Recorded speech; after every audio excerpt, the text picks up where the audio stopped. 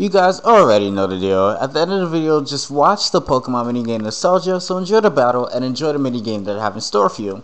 Also, don't forget to follow me on Twitter. The link is on the top left hand of this sign for new updates, a bird's eye view of new updates, new videos, all that exciting stuff to come. So I hope you guys enjoy this battle, enjoy the nostalgia, and enjoy following me. Peace. Well, not really, because you're going to watch the battle. Why do I keep saying peace and you're just at the beginning of the video?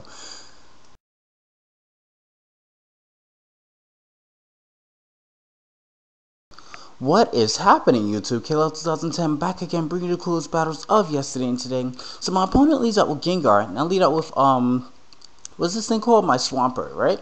So I go for the Protect because I love Protect Swampert. It allows me to scout out early for the game, as if watching your opponent's Pokemon at the beginning wasn't enough scouting in other people's opinion. But you know, don't worry about it. We didn't look at each other's pokes for this particular battle. But I have a suspicion. I'm like, that's not Gengar, and I was right. So I was debating whether I should go for the Fire Blast or the Mach Punch. I just went straight for the Fire Blast, knowing that the Fire Blast would kill. Go for the Grass Knot, knowing that he's not going to immediately attack me right away. Goes for the DD, gets +1, so now he's faster than my Ape. So I'm gonna have to switch out, obviously, if I want to save my Ape. But at least I did considerable damage with the the Grass Knot. So he goes for the Waterfall, right, as opposed to going for the Earthquake, which is awesome because my Steel Thorns activates and he takes some damage. I'm just wishing that I really had the rugged helmet too, so he could have taken additional damage there. Try to paralyze it. Of course, it's taunt DD, so I'm not gonna really do all too much. It's Life Orb. The Life Orb does actually help, and I don't have too much to take the DD Gyro, so I'm gonna have to stay in and struggle to accumulate damage with it. But it helps that it is Life Orb. Get a crit with the first struggle, and the secondary struggle is going to take me out, or if I just get killed with the Earthquake, which I don't. I live because I take neutral damage from it because I'm part grass. So I live it and my rage subsides, which is great.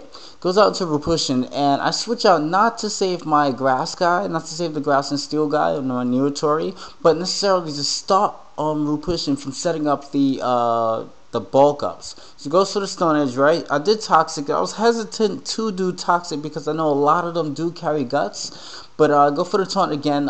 Seeing that how much Stone Edge did. Stone Edge did about a little bit over half. Don't be fooled by the green bar. It did about half. So I did want to I do want to cripple that or whatever. I just bring in my green guy as for Death Fighter, goes for the Mach Punch, and gets the gayest crit in existence.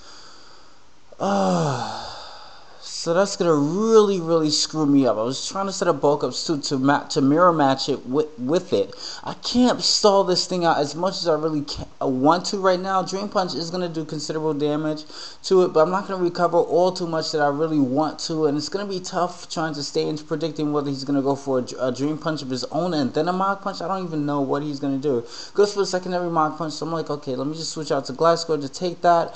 I missed Toxic earlier, which is a little bit annoying in my case, because it's like, okay, you know, I do want to accumulate damage on it despite it possibly having guts. But if it did have guts, that Stone Edge right then and there would have finished me off. So it actually is an encouraged Roopushin. So I was like, okay, that's a little great. Doesn't go for the Mach Punch. So I'm thinking that, did he go for Dream Punch? He went for Stone Edge. So that was awesome. I'll lose my part flying. I'm ground, so I'm gonna resist the Stone Edge. And I'm thinking that he's not gonna do a secondary Stone Edge because that'll be way too obvious. I'm not at a comfortable HP range that I do want to roost. So I just set my Roopushin in for Death Fodder, and I never thought I'd actually ever say setting Roopushin in for Death Fodder. Never thought that ever crossed my mind, ever. But he turns out to bulk up a third time, so I'm like, okay, just get it to 6% with the leftovers. Switch out into this thing just to stall out a little bit more, knowing that he was going to do a fighting move. I'm trying to just stall out the Toxic, which should have been stalling out a little bit earlier. This thing should probably be dead. The crit is just messing with me because I'm just like have to shuffle around just to try to take this thing out. But I know after the damage here with the Toxic, his last move happens to be Mach Punch as a final battle cry, right before I finished it off with the Earthquake.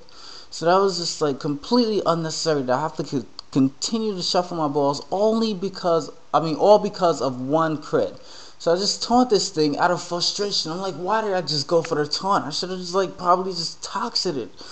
Oh, I'm frustrated. I gotta clear my mind. Think, Kashi. Goes to the dog pulse, right? And I'm like, okay, let me just go for the ice beam, right? To inflict some damage. This is great. That ice beam is actually a 3-hit KO because I could just bring in Roopushin. Because I'm really afraid of Gengar. I could bring in Roopushin and gain 6% back as I Mach punch this Endura to finish it off. So he goes to the Dark Pulse here. I know I'm not going to be able to finish it off. As well as me surviving the Dark Pulse, I'm going to survive it. And, oh, what a crit. I have never been so angry at a crit before, because now Gengar comes in, right? And I'm like, oh man, I don't think my Roopushin is going to be able to survive, the Shadow Ball at that point. And it turns out to be Life Orb, so new change of plans. I'm going to have to bring this thing in, try to get the Cursed Body up to try to remove the only stab that it can possibly have, the Shadow Ball, because I know Shadow Ball would hit kill the Roopushin at that point, even though I'm careful with 252 special defense. So I'm going to try to do recover just to activate the Cursed Body. Come on! I have one more chance left. I'll go for the recover again.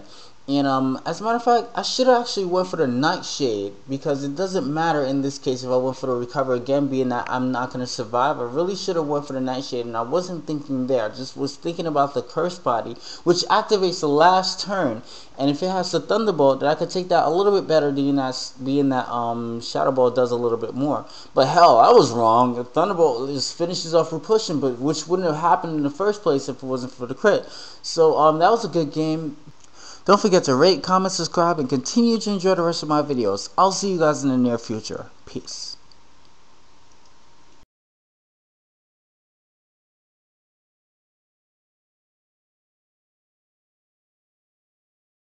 Alright, so the critical Mach punch that you guys witnessed earlier on in the game really blew my top off.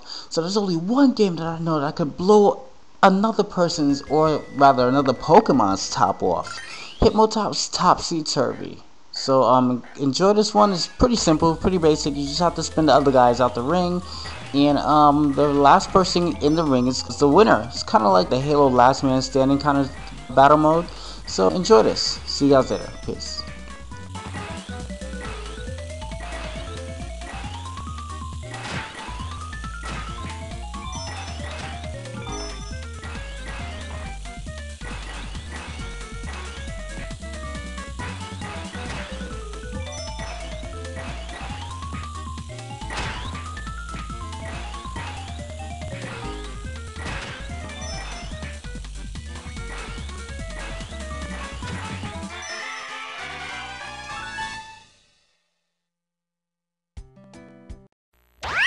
Game over.